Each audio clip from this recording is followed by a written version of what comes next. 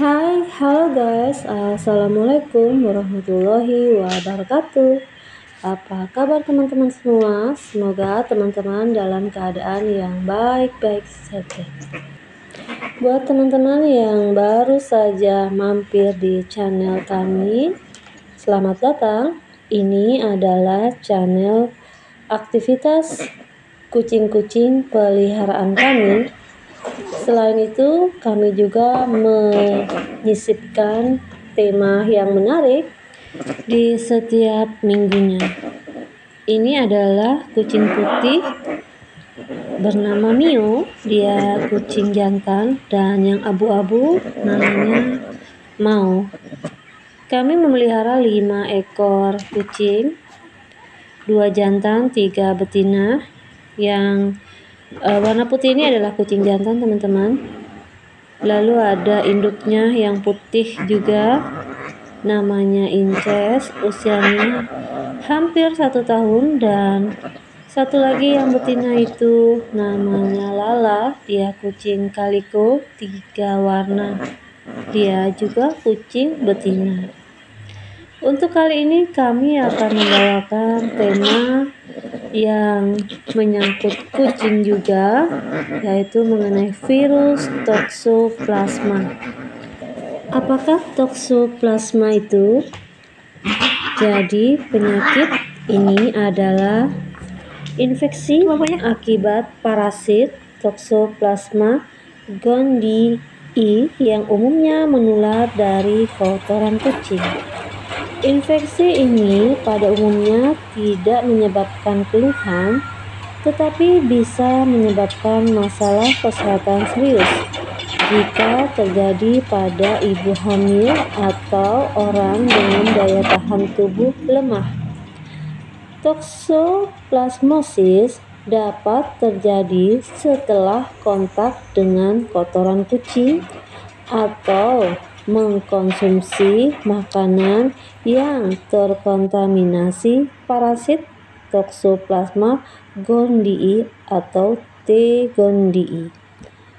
Pada orang yang sehat, sistem kekebalan tubuh dapat langsung melawan parasit-parasit ini, sehingga gejala yang muncul ringan atau tidak muncul sama sekali. Namun, pada orang dengan daya tahan tubuh lemah, toxoplasmosis dapat menyebabkan infeksi berat yang membahayakan nyawa. Sementara ibu hamil, parasit penyebab toxoplasmosis bisa menular ke janin melalui plasenta dan menyebabkan efek samping yang berat, bahkan bisa menyebabkan kematian janin. Ini adalah poni kucing jantan kami yang paling tua, usianya hampir 3 tahun. Poni kami pelihara semenjak dia dilahirkan. Dia lahir di rumah kami. Kembali lagi kepada penyebab toxoplasmosis. Toxoplasmosis terjadi ketika parasit Toxoplasma gondii masuk ke dalam tubuh manusia. Parasit ini bisa berasal dari semua jenis hewan, tetapi kucing merupakan pembawa utamanya. Parasit T. gondii dapat berkembang di usus kucing dan keluar bersama kotoran kucing. Seseorang dapat terserang infeksi T. gondii melalui beberapa cara, yaitu 1. Kontak dengan kotoran kucing yang mengandung parasit gondii. 2. Konsumsi makanan atau minuman yang terkontaminasi parasit gondii, terutama jika makanan tidak dimasak matang atau dicuci dengan benar. 3. Transfer parasit T. gondii dari ibu hamil ke janin melalui plasenta. Lalu keempat, transfusi darah atau transplantasi organ dari donor yang terinfeksi. Setelah masuk ke tubuh seseorang, parasit penyebab toxoplasmosis tidak dapat menular kepada orang lain.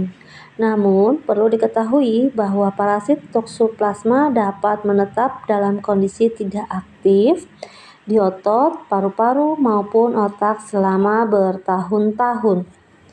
Parasit ini bisa aktif sewaktu-waktu, tetapi umumnya sistem imun yang sehat akan langsung melawannya sehingga tidak terjadi gejala. Masalah bisa terjadi jika parasit aktif ketika daya tahan tubuh melemah, baik karena kondisi kesehatan maupun pengobatan tertentu. Ini adalah kelinci kita, teman-teman. Kelinci yang paling tua, usianya kita pelihara semenjak COVID kemarin ya, 2019. Jadi usianya sudah sekitar 3 tahun atau ya 3 tahun lebih ya teman-teman. Cika namanya, dia masuk ke dalam rumah. Memang kadang-kadang kelinci-kelinci kita izinkan masuk ya, tapi tidak lama-lama. Jadi Cika ini berpikir bahwa Mio ini anaknya karena sama-sama putih ya teman-teman.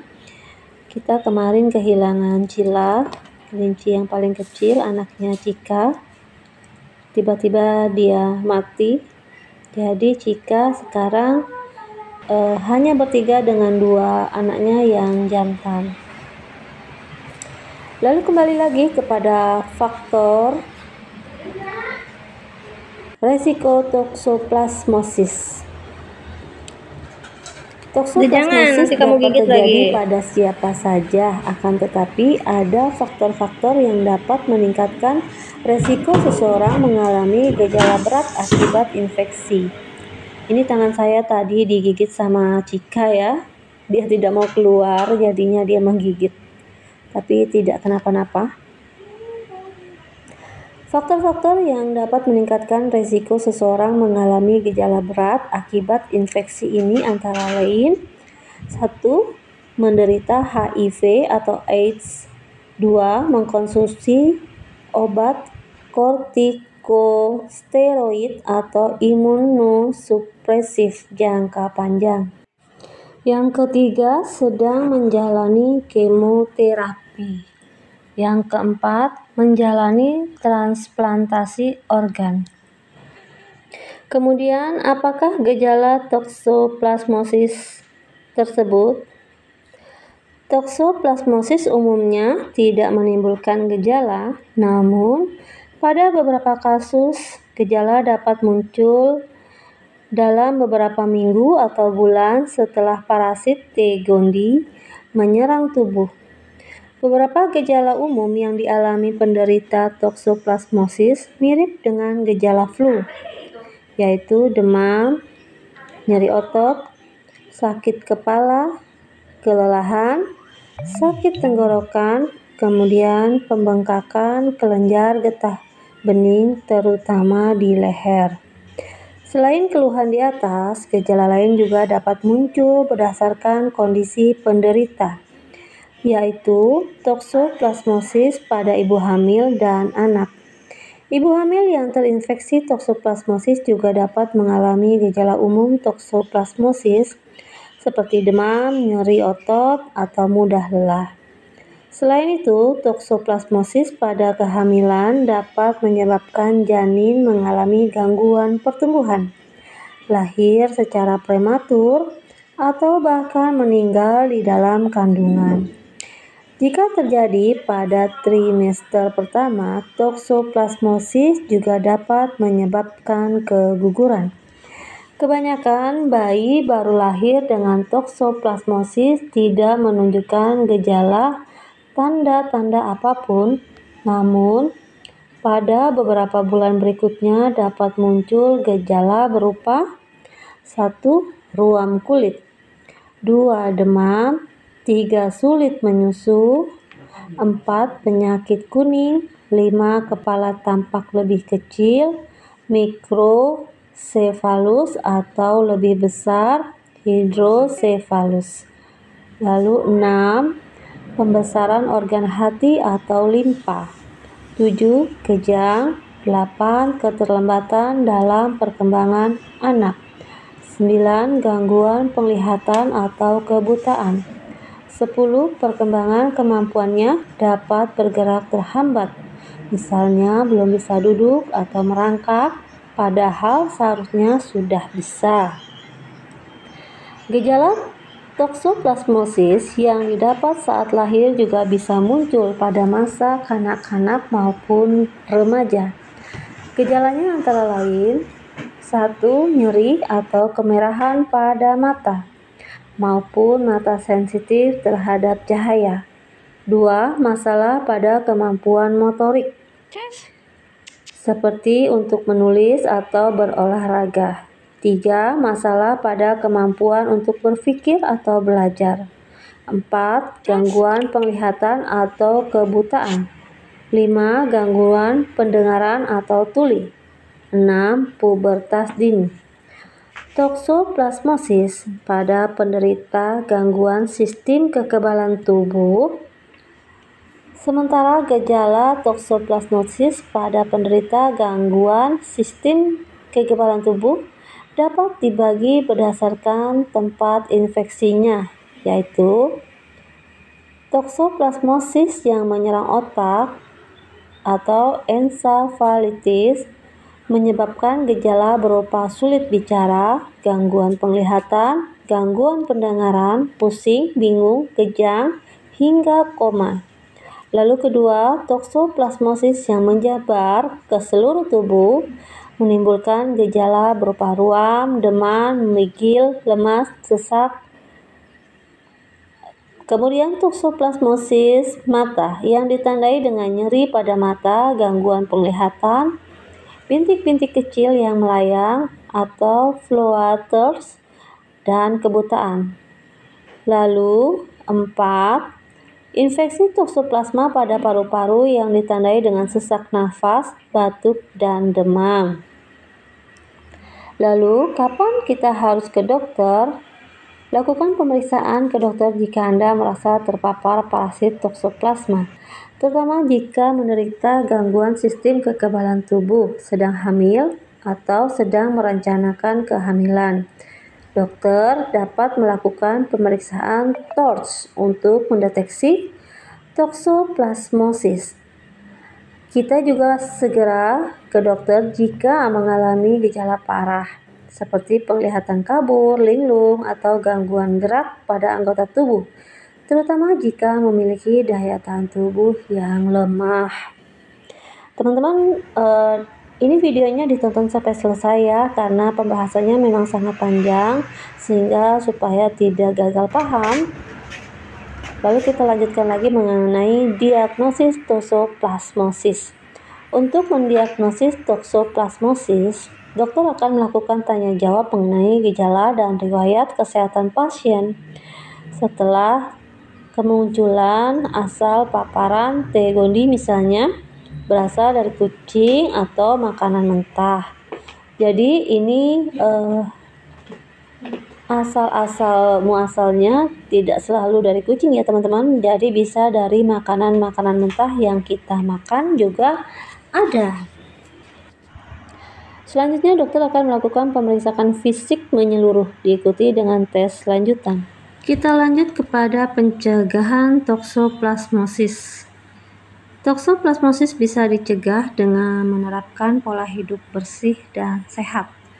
Beberapa upaya dapat kita lakukan, yaitu 1. Gunakan sarung tangan saat berkebun atau memegang tanah. Kalau dengan kucing ya saat membersihkan kandang kucing atau pasirnya kucing ya. 2. Hindari mengkonsumsi daging mentah atau setengah matang. Bukan cuma daging mentah, tapi makanan-makanan berupa sayuran dan buah-buahan harus benar-benar dijaga kebersihannya. Lalu yang ketiga, cucilah tangan sebelum dan sesudah memegang makanan. Keempat, cucilah semua peralatan dapur dengan bersih serta memasak daging mentah. Lalu kelima, cucilah buah dan sayuran sebelum dikonsumsi. Dan yang keenam, hindari mengkonsumsi susu dan produk olahan susu yang tidak dipasteurisasi. Bila kita memelihara kucing, maka lakukan langkah-langkah berikut untuk mencegah toksoplasmosis. 1. Jaga kesehatan kucing dengan rutin membawanya untuk divaksin. 2. Gunakan sarung tangan saat membersihkan tempat atau kotoran kucing. 3. Cuci tangan dengan air mengalir dan sabun setelah membersihkan tempat kotoran kucing. 4. Jaga kucing agar tetap berada di dalam rumah. 5. Berikan kucing makanan kering atau kalengan. 6. Jangan memberikan daging mentah untuk kucing. 7. Tutup bak pasir tempat bermain anak-anak agar tidak digunakan kucing untuk membuang kotoran. Itu maksudnya untuk di taman-taman bermain ya teman-teman. Kadang-kadang kan ada yang menyediakan bak-bak pasir ya seperti di TK. Jadi harus dijaga kebersihannya. Kenapa saya ambil topik ini? Karena saya pun ingin nyaman, ingin aman. Karena itu saya mempelajari toksoplasma itu apa dan bagaimana untuk mencegah agar tidak tertular penyakit tersebut. Oke teman-teman, demikian videonya ya. Semoga terhibur dan mendapatkan pengetahuan di video kita kali ini. Jangan lupa untuk subscribe, like, dan komen. Wassalamualaikum warahmatullahi wabarakatuh.